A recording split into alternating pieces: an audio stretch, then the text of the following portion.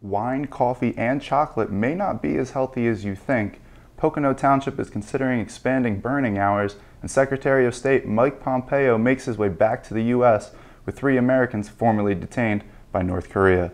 And that's what's in store on this Wednesday's Pocono Record Update. I'm Patrick Campbell, and I will be filling in for Ashley Fontanez.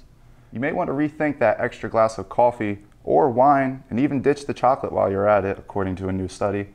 Pocono Record writer Amy Leap will give readers a look into the impact these everyday pleasures can have on your brain. The study showed that caffeine, wine, and chocolate may not be as healthy for your brain as once thought, and in fact, they can actually have adverse effects. Pocono Township commissioners are looking into a possible amendment to their burning ordinance that would extend burning hours, but some residents are hoping the idea goes up in flames. Under the current ordinance, burning is allowed between the hours of 5 and 9 p.m. on Wednesdays and 7 a.m. to 2 p.m. on Saturdays. The proposed ordinance would expand those times to 4 p.m. to 9 p.m. on Monday, Wednesday, and Friday, and 7:30 a.m. to 4 p.m. on Saturdays. Pocono Record reporter Howard Frank will give you the rest of the details. American Legion Post 903 took to Veterans Memorial Park in Tannersville on Wednesday to clean up and get the park ready for the upcoming summer.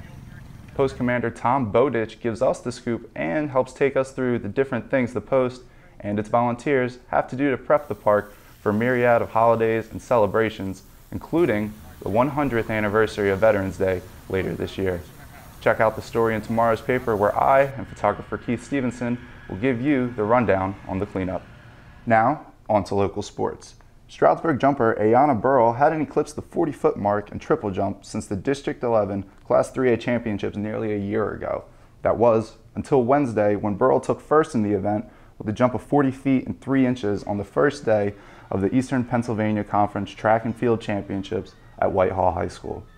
Sports reporter Zach Sterniolo is on hand again for Wednesday's events, and we'll have that story for Thursday's paper with photos from photographer Keith Stevenson. And in national news, President Donald Trump announced Wednesday that the 3 Americans detained in North Korea for more than a year are now on their way back to the United States. Trump said on Twitter that Secretary of State Mike Pompeo was returning with, quote, "the 3 wonderful gentlemen that everyone is looking so forward to meeting." The president, who had been hinting at the imminent release, said he would greet them at Andrews Air Force Base at 2 a.m. Thursday morning. Trump said, quote, "I appreciate Kim Jong-un doing this and allowing them to go," on Wednesday before a meeting with his cabinet. For the best in community news and sports, check out PoconoRecord.com or pick up Thursday's edition of the Pocono Record. I'm Patrick Campbell, and that's it for this Wednesday's Pocono Record Update.